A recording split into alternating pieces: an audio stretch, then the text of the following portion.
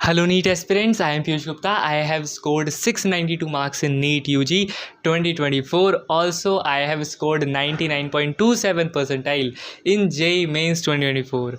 तो यार आ चुके हैं एक और नई वीडियो के साथ। और आज की वीडियो में हम बात करने वाले हैं ऑर्गेनिक केमिस्ट्री को आप किस तरीके से इम्प्रूव कर सकते हो, क्या क्या चीज़ें हैं ऑर्गेनिक केमिस्ट्री में जो कि आपको करनी चाहिए और क्या क्या चीज़ें हैं जो कि ऑर्गेनिक केमिस्ट्री में आपको अवॉइड करनी चाहिए।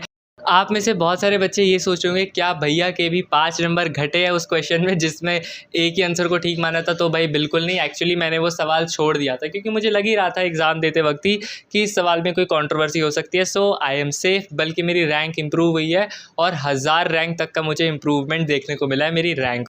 तो बिना टाइम गवाए यार वीडियो को स्टार्ट कर लेते हैं। तो यार देखो, ये जो वीडियो होने वाली है ये तीनों के लिए है, ड्रॉपर्स के लिए भी है, क्लास 11 के स्टूडेंट्स के लिए भी है, क्लास 12 के स्टूडेंट्स के लिए भी है। तो आप जिस भी श्रेणी में हो आप इस वीडियो को देख सकते हो, आपके बहुत ज़्यादा काम आ सकती है वीडियो। तो देखो यार, सबसे पहले अगर क्लास 11th में आप हो या फिर आपका पहला ड्रॉप ईयर है तो आपको पता है जो क्लास 11th होती है उसमें सिर्फ 2 ही चैप्टर है ऑर्गेनिक केमिस्ट्री के। एक का नाम है GOC, general organic chemistry basic principles and techniques, और दूसरा चैप्टर है हाइड्रोकार्बन्स नाम से।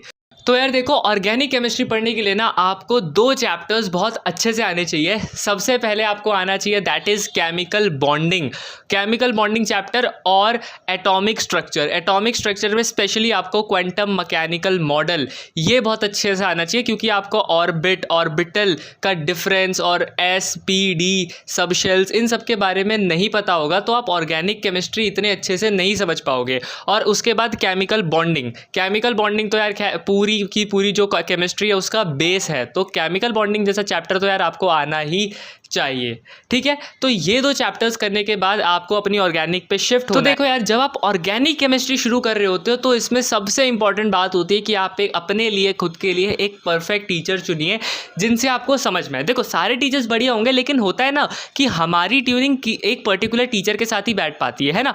वो टीचर आपको अपने लिए ढूंढने हैं, ठीक है। वो कैसे मिलेंगे? आप कोई भी टीचर है उनका लेक्चर देखिए, उनसे टॉपिक पढ़िए जो भी एक पर्टिकुलर टॉपिक है, उसके बाद अच्छे से उस टॉपिक को समझ के उसके नोट्स रिवाइज करो बढ़िया से एकदम, और उनकी क्लास से सवाल प्रैक्टिस करो। And then after the completion of the topic आप जाओ और उस टॉपिक के प्रीवियस ईयर क्वेश्चन सॉल्व करो। अगर आपसे थोड़े बहुत प्रीवियस ईयर क्वेश्चंस बन जाते हैं, थोड़े बहुत 1-2 रह रहा है तो कोई बात नहीं, that teacher is best for.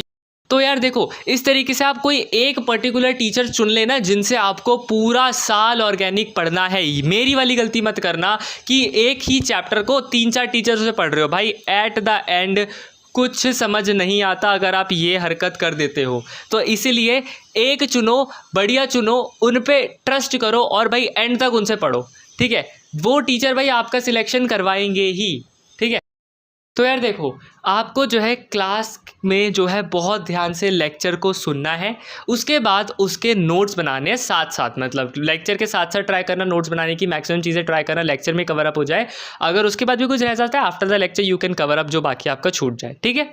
उसके बाद आपको सेम डे पर उस लेक्चर के नोट्स को बहुत अच्छे से रिवाइज करना है एंड देन आपको सॉल्व करनी है अपनी जो है DPPs वगैरह, ठीक है।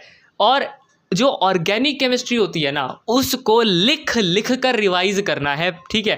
थ्योरेटिकली रिवाइज करोगे भूल जाओगे, आपकी ऑर्गेनिक स्ट्रॉन्ग कभी हो ही नहीं पाएगी। अगर ऑर्गेनिक को स्ट्रॉन्ग बनाने प्रैक्टिस चाहिए, और जब आप नोट्स को लिख कर रिवाइज करोगे वो भी एक तरीके से आपको प्रैक्टिस देगा, ठीक है। तो प्लीज़ लिखना ज़रूर ऑर्गेनिक केमिस्ट्री में, क्योंकि जितना आज आप कलम घिसोगे ना कल उतना ही चमकोगे। तो लिखना is very important in organic chemistry, ठीक है।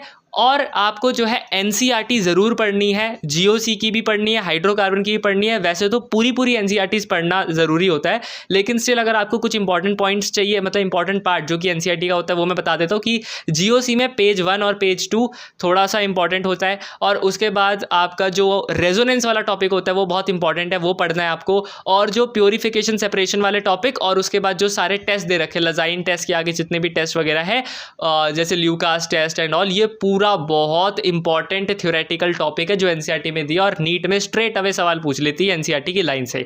और याद रखना, मैं पढ़ने का मतलब ये नहीं होता कि आप रीड आउट करो उस चीज़ को, ना ना ना ना ना, आपको याद करना है वो चीज़ें, ठीक है। अगर मैं बोल रहा हूँ NCERT में ये चीज़ पढ़ो मीन्स याद करनी है आपको उसमें से चीज़ें, ठीक है। रीड आउट मत करने लग जाना। तो और आपको रिसोर्सेज अगर आप 11th में हो क्या यूज़ करने चाहिए, मैं सजेस्ट करूँगा क्लास के नोट्स अच्छे से करो, नोट्स के सवाल अच्छे से करो, DPPs जो होती है उनको अच्छे से लगाओ, कोई सवाल सॉल्व नहीं होता उसको सीखो, पता लगाओ कि सवाल क्यों नहीं बन रहा, और टेस्ट दो रेगुलरली ऑर्गेनिक केमिस्ट्री के बेस्ड जो टेस्ट होते हैं, और PYQ ज़रूर सॉल्व करना। ये सब करने के बाद भी आपको लगता है यार प्रैक्टिस की थोड़ी कमी हो रही है, then you can take a book. मैं सजेस्ट करूँगा MS चौहान मत लेना, कोई ज़रूरत नहीं होती, वो JEE वालों के लिए अच्छी है, नीट वालों के लिए MS Chauhan is not relevant. इससे बढ़िया आप NCERT पंच ले लो, उसमें रेलेवेंसी बहुत अच्छी है, ठीक है, वो आपके लिए ज़्यादा बेटर भी रहेगी। और क्लास 11th में यार हो सकता है ना कि आपसे थोड़े बहुत सवाल ना बने, और ये नॉर्मल है क्योंकि आप क्लास 11th में आए हो, आपने पहली बार जो है सारी चीज़ें देखी है, तो ऐसे डरना मत कि हाय ऑर्गेनिक केमिस्ट्री कितनी मुश्किल है। मुश्किल नहीं है यार, बस मैटर ऑफ टाइम है। हो सकता है कुछ चीज़ें जो आपको 11th में समझ नहीं आ रही वो जब आप 12th में जाओगे ना और बढ़िया से क्लियर हो जाएगी। बस 11th में अपना 100% दे के चीज़ों को समझने का ज़रूर ट्राई करना, ठीक है। कुछ क्वेश्चंस रह जाते नहीं बनते, इट्स ओके, अपने किसी बड़े से पूछ लो, किसी टीचर से पूछ लो। अदरवाइज हमने आपके लिए यार एक ग्रुप बनाया है, आपको डिस्क्रिप्शन में उस ग्रुप का लिंक मिल जाएगा, वहां पे आप वो क्वेश्चंस भेज दो, हम सॉल्व करेंगे, हम आपको समझाएंगे। अगर वो क्वेश्चन क्लास 12th से लिंक्ड होंगे तो आपको वहीं पे बता दिया जाएगा कि ये क्लास 12th से लिंक्ड है, आपको 12th क्लास में आके समझ आ जाएगा, ठीक है। तो ऐसे डरना नहीं है यार, अपने को हिम्मत नहीं हारनी, अपने को हौसला रखना है, मेहनत करनी है, ठीक है। इसी तरीके से आप स्ट्रांग बना पाओगे। So now coming to class 12। तो यार क्लास 12th में जो है ना, आपको सबसे पहले GOC को रिवाइज करना है, ठीक है। GOC को रिवाइज अच्छे से करना है। GOC से मेरा मतलब ये नहीं है कि IUPAC नॉमेनक्लेचर और आइसोमेरिज्म आप करने बैठ जाओ, लगा रहे हो 1 महीना, नहीं। GOC से मेरा मतलब है आपको जो है इंडक्टिव इफेक्ट, हाइपर कॉन्जुगेशन जिसे आप बेकर-नाथन इफेक्ट या फिर नो बॉन्ड रेजोनेंस भी बोलते हो, रेजोनेंस इफेक्ट या फिर मीजोमेरिक इफेक्ट, और एरोमेटिसिटी, कार्बोकेटायन, कार्बन आयन और अदर रिएक्शन इंटरमीडिएट, ठीक है। ये सारा पोर्शन जो है आपको आना चाहिए क्लास 12th में। ये सारा पोर्शन जब आप सीखोगे ना, उसके बाद ही आपको जो है क्लास 12th की ऑर्गेनिक केमिस्ट्री को स्टार्ट करना है। ये सीखे बिना आप क्लास 12th की ऑर्गेनिक केमिस्ट्री सीख ही नहीं सकते हो, ठीक है। तो ये बेसिक चीज़ें आपको आनी चाहिए, इसके बाद ही आपको जो है क्लास 12th की ऑर्गेनिक केमिस्ट्री अपनी शुरू करनी है, ठीक है। क्लास 12th की ऑर्गेनिक केमिस्ट्री को जब आप पढ़ना स्टार्ट करोगे तो आपके लिए जो रिसोर्सेज होने चाहिए वो इतने होने चाहिए इन स्टार्टिंग की, आप क्लास के नोट्स को अच्छे से पढ़ रहे हो, नोट्स में जो टीचर सवाल करवाते हैं वो अच्छे लेवल के सवाल होते हैं, ठीक है। टीचर्स जो लेकर आते हैं वो थोड़े ट्रिकी सवाल होते हैं, तो उन्हें आपको अच्छे से प्रैक्टिस करना है। उसके बाद यार आपको अपनी क्लास की DPP ज़रूर लगानी है, DPP बहुत ज़्यादा इंपॉर्टेंट होती है। DPP के बाद आपको जो है लगाने हैं प्रीवियस ईयर क्वेश्चंस, जो कि आपको अच्छे से सॉल्व करने हैं। नहीं बन रहे सोल्यूशन देखो, सीखो, लेकिन सीखने ज़रूर है PYQs, ठीक है। उसके बाद आपको जो है एट द वीकेंड या फिर जब भी आपका वो चैप्टर खत्म हो जाए पर्टिकुलर ऑर्गेनिक का, टेस्ट ज़रूर देने हैं। और यार देखो, जब भी आप कोई चैप्टर ऑर्गेनिक का क्लास 12th में रिवाइज करोगे, आपको पता है क्लास 12th का जो 90% पोर्शन है ऑर्गेनिक का, उसमें रिएक्शंस ही रिएक्शंस है। तो सारी रिएक्शन जो है भैया लिख कर अपने हाथों से रिवाइज करनी पड़ेगी, अदरवाइज भाई क्लास 12th की ऑर्गेनिक केमिस्ट्री नहीं होगी, ठीक है। और क्लास 12th में जो NCERT है, पूरी की पूरी जो बुक 2 है ऑर्गेनिक केमिस्ट्री के ऊपर बेस्ड है, भाई पूरी बुक इंपॉर्टेंट है। एक एक लाइन उसकी अच्छे से पढ़ के जाना, याद करके जाना, क्योंकि वहां से बहुत सारे थ्योरेटिकल सवाल बन सकते हैं, और स्पेशली बायोमोलिक्यूल्स जैसे चैप्टर में और अमीन्स जैसे चैप्टर में जिसमें थ्योरेटिकल बातें थोड़ी ज़्यादा है, ठीक है। तो ये सारे चैप्टर्स की एक एक लाइन आप पढ़ के जाना बहुत ज़्यादा इंपॉर्टेंट है। तो यार कुछ प्रॉब्लम जो कि आप ऑर्गेनिक केमिस्ट्री पढ़ते समय फेस करोगे, उनमें से एक ये होती है कि आपसे सवाल नहीं बनते। तो यार देखो, इसका मेन रीज़न ये होता है कि ना जनरली बहुत सारे बच्चे ऑर्गेनिक को रटने का ट्राई करते हैं, लेकिन यार ऑर्गेनिक रटने का सब्जेक्ट है ही नहीं। आपको उसे कंसेप्चुअली समझना ही पड़ेगा। अगर आप उसे रटोगे, आप 100 में से 20 सवाल ही कर पाओगे, 80 सवाल आपसे नहीं हिलेंगे। और नीट में जिस तरीके का पैटर्न है, वहाँ कंसेप्चुअल सवाल पूछे जाते हैं, तो कंसेप्ट यार आपको आना चाहिए, तभी जाके जो है ना आप ऑर्गेनिक को सीख पाओगे, अदरवाइज यार आपके लिए बहुत मुश्किल होगा, ठीक है।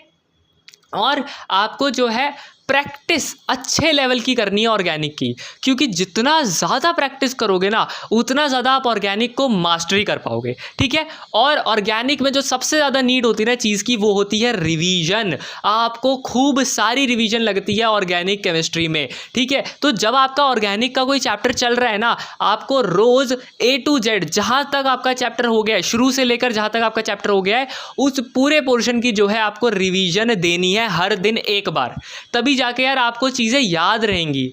क्योंकि ऑर्गेनिक में अगर रिवीजन नहीं होता ना, रोज़ आप नहीं पढ़ते उसको, तो भाई आप एक दिन छोड़ के अगर अगले दिन भी जाओगे ना, आपके दिमाग से सब गायब होगा। आपको खुद लगेगा कि यार मैं रिकॉल नहीं कर पा रहा या मैं रिकॉल नहीं कर पा रही चीज़ों को।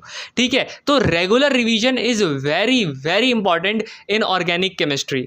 और आप एक काम और कर सकते हो कि जल्दी रिवीजन के लिए, मतलब एंड टाइम पे अगर आपको क्विक रिवीजन करनी है, आप उसके लिए जो है एक रिएक्शन कॉपी बना लो। ठीक है, रिएक्शन कॉपी में आप सारी की सारी रिएक्शंस को लिख दो, क्योंकि 12th क्लास में बहुत सारी रिएक्शंस आती है, 11th क्लास के हाइड्रोकार्बन्स में बहुत सारी रिएक्शंस है, तो उनको एक कॉपी पे लिख दो। अब आप सोचोगे ये कॉपी कब बनानी है, इसका कब टाइम मिलेगा? सुनो सुनो सुनो, मैं आपको कह रहा हूँ ना कि आपको जो है हर दिन ऑर्गेनिक केमिस्ट्री की शुरू से लेकर एंड तक की रिवीजन लगानी है, दिन में एक बार कभी ना कभी, है ना। तो उस समय आप जो है जब रिवीजन कर रहे हो ना, उसी समय आपको क्या करना है, मान लो रिएक्शंस रिवाइज कर रहे हो, आपने जो पढ़ी है अब तक, वो सारी की सारी रिएक्शंस उस कॉपी में लिख दो। बन गई आपकी रिएक्शन कॉपी। अब क्या होगा, मान लो आपका टेस्ट है, ठीक है, और आप मान लो वो पर्टिकुलर चैप्टर ऑर्गेनिक का रिवाइज नहीं कर पाए उस हफ्ते में, जिस हफ्ते में टेस्ट है, तो टेस्ट के एक दिन पहले आपको बस रिएक्शंस देखने की नीड पड़ेगी उस कॉपी में से, उसके बाद आप अगले दिन जाके टेस्ट दे सकते हो। ठीक है, तो रिएक्शन कॉपी बनाने से आपको बहुत हेल्प मिलेगी। मैंने खुद ने जो है रिएक्शन कॉपी बनाई थी और एंड के टाइम पे वो हेल्प देती ही देती है। ठीक है, और टेस्ट मिस मत करना, test are very very important, और PYQs तो खैर होते इंपॉर्टेंट है। तो यार यही सब था आज की इस वीडियो के लिए। आई होप आपको ये वीडियो थोड़ी सी भी इंफॉर्मेटिव लगी होगी और आपकी थोड़ी सी भी हेल्प यार हुई होगी इस वीडियो से। अगर यार आपको ये वीडियो थोड़ी सी भी अच्छी लगी है तो प्लीज़ आप इसे अपने उन नीडी दोस्तों के साथ ज़रूर शेयर करना, जो यार कर तो सकते हैं लेकिन यार उन्हें बस एक गाइडेंस की ज़रूरत है। तब तक के लिए आप पढ़ते रहिए, इन फालतू की चीज़ों पे ध्यान मत दीजिए कि नीट 25 टफ होगा, नीट 25 में ये होगा, फलाना होगा, ये होगा। भाई आपका काम तो सिर्फ पढ़ना है ना, ये सब कुछ सोचना थोड़ी है। ये सारा काम तो सरकार का है कि अगले साल उन्हें क्या करना है क्या नहीं करना। आप फिलहाल क्या कर सकते हो, आपके हाथ में है सिर्फ और सिर्फ पढ़ाई करना।